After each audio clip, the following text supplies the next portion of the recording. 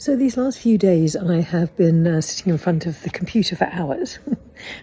Not my favourite thing to do, but at the same time I have really loved doing what I've been doing, which is completing the first draft of my next book, which is, I'm not sure what the title is going to be yet. There's a discussion between the publisher and I at the moment about its title, but basically it's about parenting the special child. And it's also, so when you start to look at parenting as a bigger picture, there is the parenting of self, there is the parenting of how we show up, there is the parenting of actually, our relationship with our child and all that brings. And when you have a special child, obviously that has a lot more complexities to it.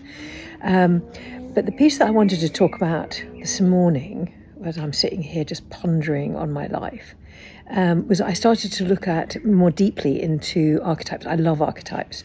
My gorgeous friend Joanne Avison has worked with me quite a bit on archetypes, and I took it a stage deeper and I started to research the Jungian quality of the mother archetype, which is obviously one of my archetypes. Well, obviously, maybe to you, maybe not to you, but certainly to me. And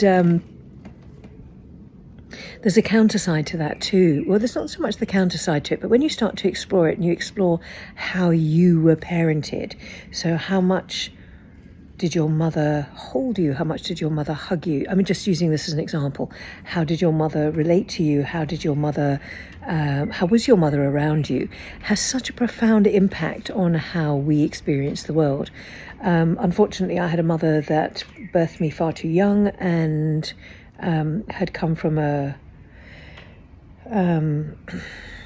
trajectory of abuse, and I was a very large receptacle of that abuse being passed onwards. And so my childhood was fairly traumatized in both emotionally and physically. And then, of course, that, I've obviously done huge amounts of work around that, and I don't, carry that as a victim story like I used to. That used to be my calling card. It's not anymore, of the wounded healer in me. Another archetype. But it's so interesting how if you were to look at how you were parented, separately by mother and father, and how those stories then create your life, create the way in which you choose to live. They don't create your life. They create the ways in which you behave in life. And we have an opportunity through inner child work, we have the opportunity through just really deep observation and really sort of cultivating a more loving, honest, authentic relationship with self that allows us to really delve quite deeply into all of those small patterns that really create who we are. So it might be that you weren't hugged enough, or you weren't held enough, or you didn't feel safe, or you were left to your own devices a lot. And all of those little stories, all of those little events, if you then look at how they impact your adult life, they do. They really do.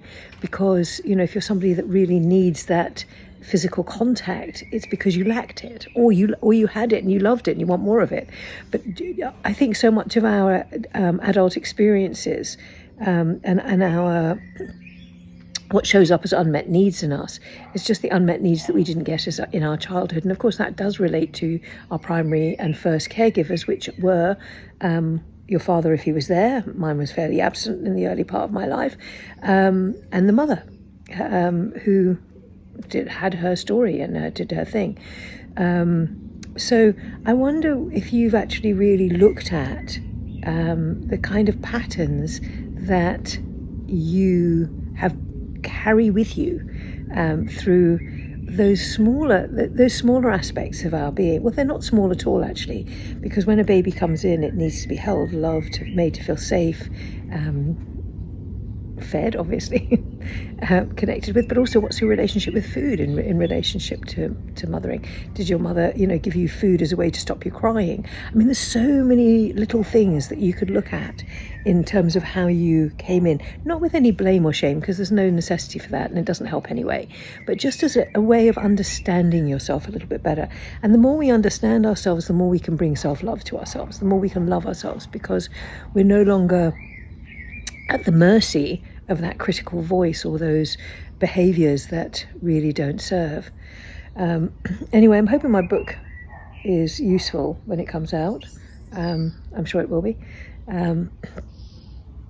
And then there's a second book coming behind it, which is much more personalised, a story about my journey to self-love, so that I can travel with you, excuse me, through, I can travel with you on your journey, through my journey. And whilst our journeys will never be completely the same, I've always found it helpful to not feel so isolated in my own pain when I am in that state. And so my dog's about to bark. I'm not quite sure why. He's on my lap, look. And so I wonder how you are in all of that picture. So have you started to look at your archetypes and how they play out? And have you started to look at what the mother in you holds? Let me know. I'm curious.